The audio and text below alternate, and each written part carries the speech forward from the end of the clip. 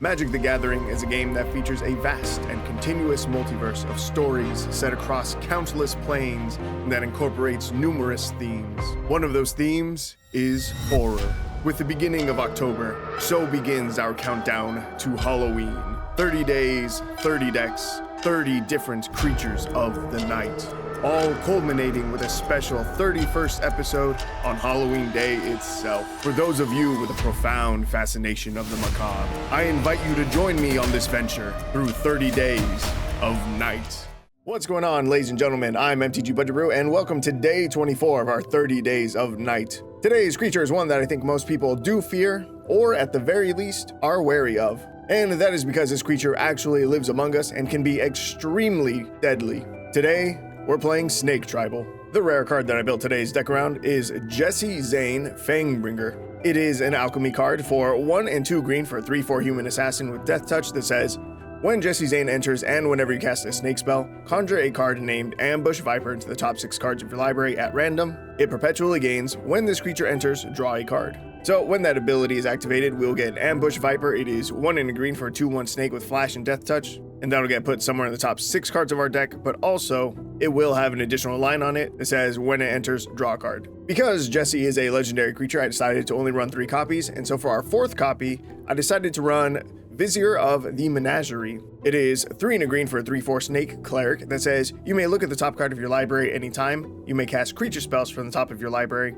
and you can spend mana of any type to cast creature spells. After that, the other snake cards that we are running are a full playset of Ankle Biter, Fang of Shigeki, 2 copies of Mold Adder, a playset of Moss Viper, and a playset of Honored Hydra. To give us a little bit of draw in the deck, we are running 4 copies of Elvish Visionary, as well as 4 copies of Herald Horn. It's a 3-mana artifact that says, as this artifact enters, choose a creature type. Creature spells you cast of the chosen type cost 1 less to cast. And at the beginning of your upkeep, look at the top card of your library. If it's a creature card of the chosen type, you may reveal it and put it into your hand. So as long as the top card of our library is a snake, we will get an extra draw during our upkeep. We're running removal for this deck in the form of Blizzard Brawl. It is a 1-mana fight spell that works incredibly well with our snakes because most of them have Death Touch. I'm then running 2 copies of Tamiyo's Safekeeping as a little bit of protection for our creatures. And during playtesting, I found that we're able to go decently wide with this deck. However, these snakes, they are mostly 1-drops. They are mostly little guys, so it can be hard to deal a lot of damage. So to help fix that problem, I added 3 copies of Overrun. It's 2 and 3 green for a sorcery that says, creatures you control get +3/+3 and gain trample until end of turn. For our mana base, we're just running 21 snow-covered forests, and we are specifically running snow lands, so that way Blizzard Brawl will have its full effect, which says if you control 3 or more snow permanents, the creature you control gets +1/+1 and gains indestructible to end of turn, then those creatures fight each other. And we're only running 21 lands because we do have some draw in the deck, and like I said, a lot of our snakes, they're 1-drops. Our curve is not that high. Plus, we even have a little bit of cost reduction with the Herald Horn. So yeah, this is the deck list. If we take a look at my untapped account, you can see that I'm currently 4 and 4 with the deck with a 50% win rate. The fact that we have an even win rate using a mono green snake tribal deck is honestly pretty surprising. So I'm definitely not upset with it so far.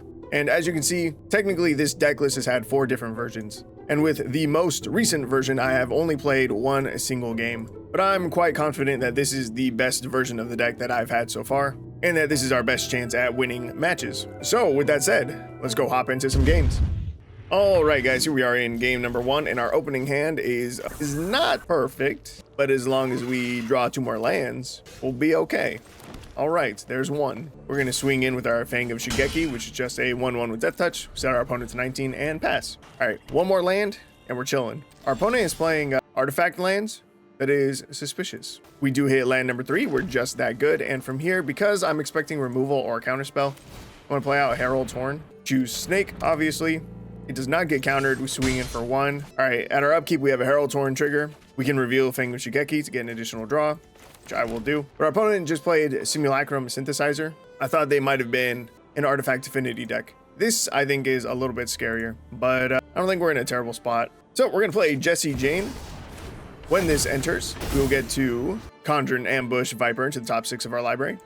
And now I'm going to play out Fang of Shigeki, and we'll do that a 2nd time. Go to combat. Going in for 1, set our opponent down to 17. Our opponent played a Foundry Inspector, and that triggered their Simulacrum Synthesizer, which says whenever another artifact you control with mana value 3 or greater enters, create a 0/0 colorless Construct artifact creature token with this token gets +1/+1 for each artifact you control. So they got a 4/4. At our upkeep, we get to reveal an Ambush Viper. This Viper now currently only costs 1 green mana for a 2/1 with Flash, Death Touch, and we get to draw an additional card. So we're going to play this to get our draw, and as we cast that, it will trigger Jessie, and she'll put another Viper into our deck. We don't hit a land, so I'm going to play out an Elvish Visionary, see if we can hit our land drop. Hit another Viper. It's not what I was hoping to see. I'm going to use Blizzard Brawl here to have our Jessie fight his Construct. That'll kill it.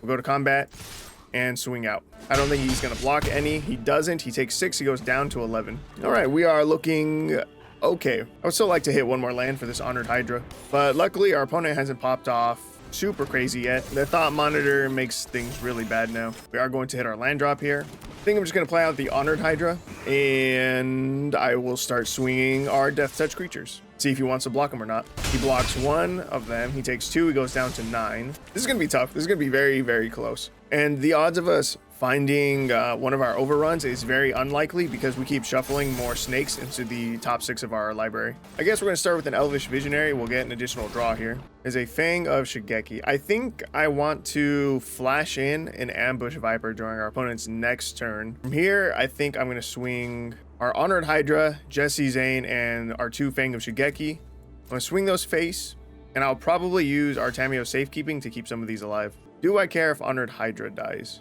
I will protect it. All right, that was the only one our opponent blocked. They take 5, they go down to 4. I will end the turn. We have 2 1/1 blockers up, and we have an Ambush Viper, which we can flash in, and we could even give it indestructible if we want. Our opponent has 4 10/10s, a 6/6, a 3/2, 5 cards in hand, tons of mana, an artifact on the board, 2 artifacts on the board, a Planeswalker. It's not looking good for us, not unless he swings out here, but I think he's probably going to be smart, play conservative, and not swing out against us. Who knows? Maybe he thinks he has enough to deal lethal. Because who plays around an Ambush Viper, you know? Oh, we may actually just be dead, though. This Tezzeret is going to deal X damage to each opponent, where X is the number of artifacts you control, you gain X life. Oh yeah, we can't win now. We just lost 15. We just lost 15 life, and they gained 15 life.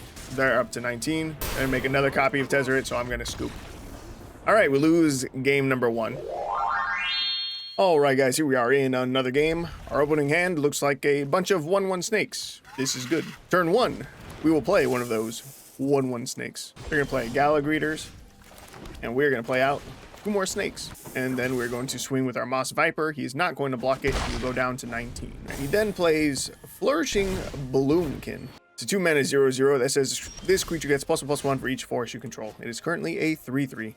And when it entered, it triggered Gala Greeters, and our opponent chose to create a tapped treasure token.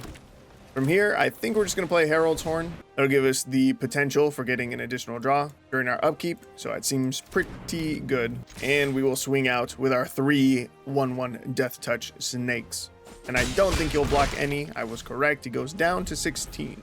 Our opponent plays Nissa, Ascended Animus. They +1 it. They make a 4/4 Phyrexian Horror. They swing 5 at us. We go down to 15. On our upkeep, we reveal a Moss Viper. We get to draw that. Ooh, no land drop, though. It's all right. We have 3 more 1/1 Death Touch snakes to play here, so it could be worse. That's a lot of snakes, though. Like a lot of snakes. What is your minus? It's -1 to destroy target artifact or enchantment. I'm just going to go face. Surprisingly, they block one of our snakes with their 4/4 Horror. It dies. We connect for 2. We set our opponent down to 12. We just need 2 more lands for this overrun, and I think we can close out the game. But we'd have to top deck both of them back to back. It needs to happen like right meow. Our opponent plays a Nessian Horn Beetle. Says at the beginning of combat on your turn, if you control another creature with power 4 or greater, put a +1/+1 counter on this creature. Oh god, our upkeep reveals an Elvish Visionary, which is still not a land. I will play this. We'll get an additional draw. Show me land. Thank you.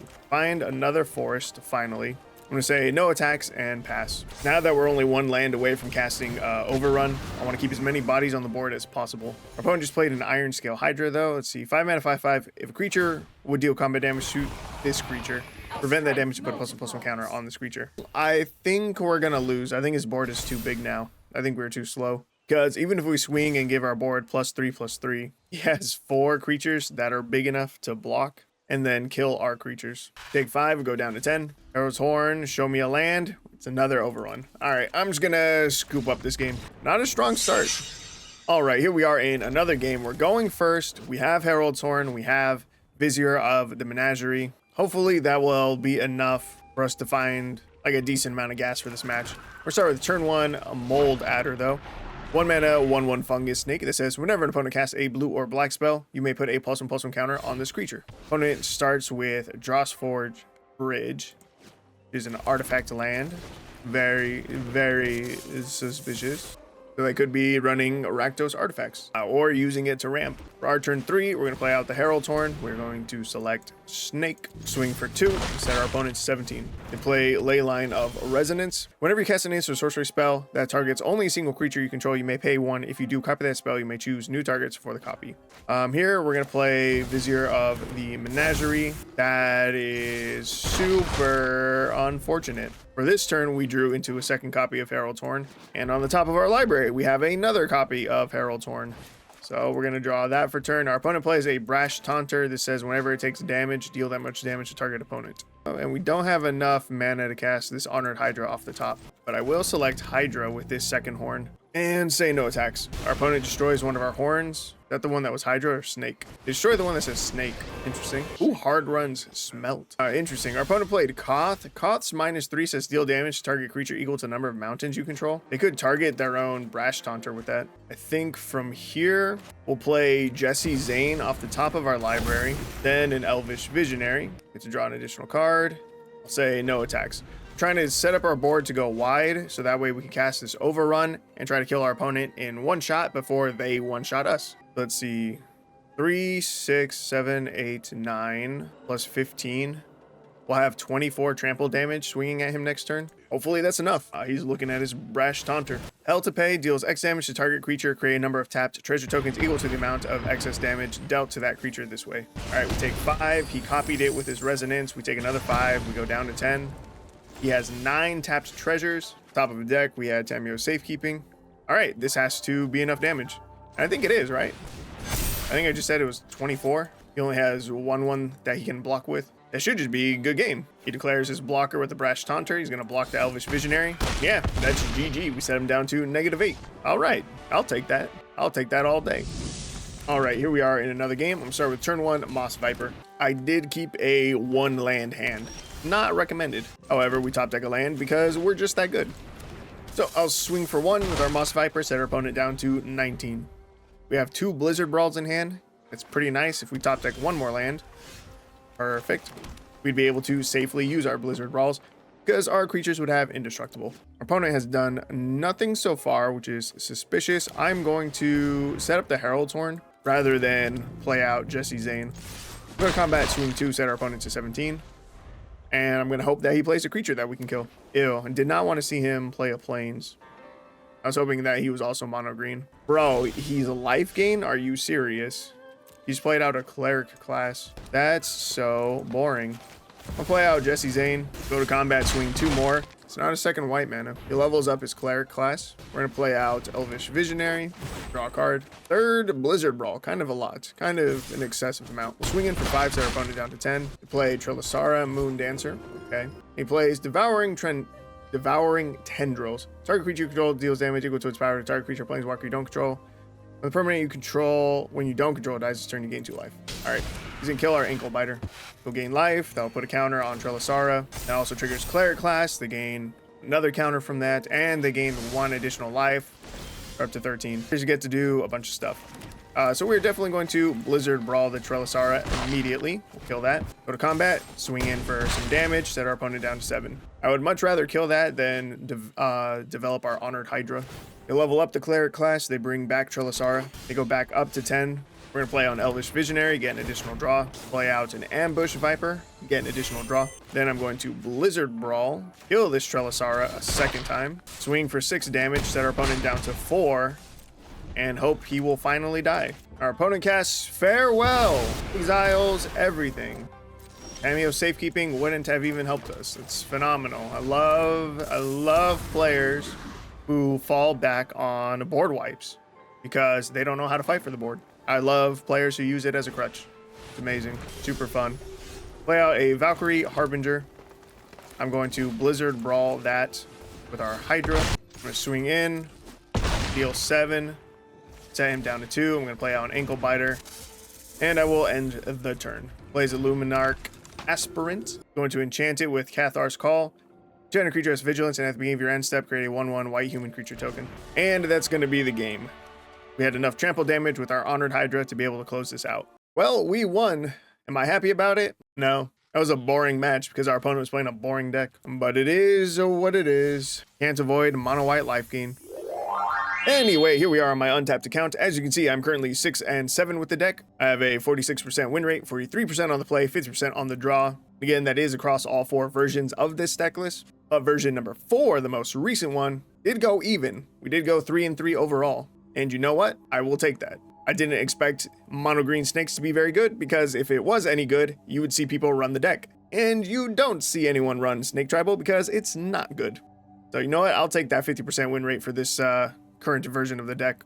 So do I recommend that you build Snake Tribal? No, I do not. But with that said, thank you guys for joining me on day 24 of our 30 Days of Night. If you liked the video, you should like the video. If you liked me, the video, and you like Magic the Gathering, you should consider subscribing to the channel. And I hope to see you guys tomorrow.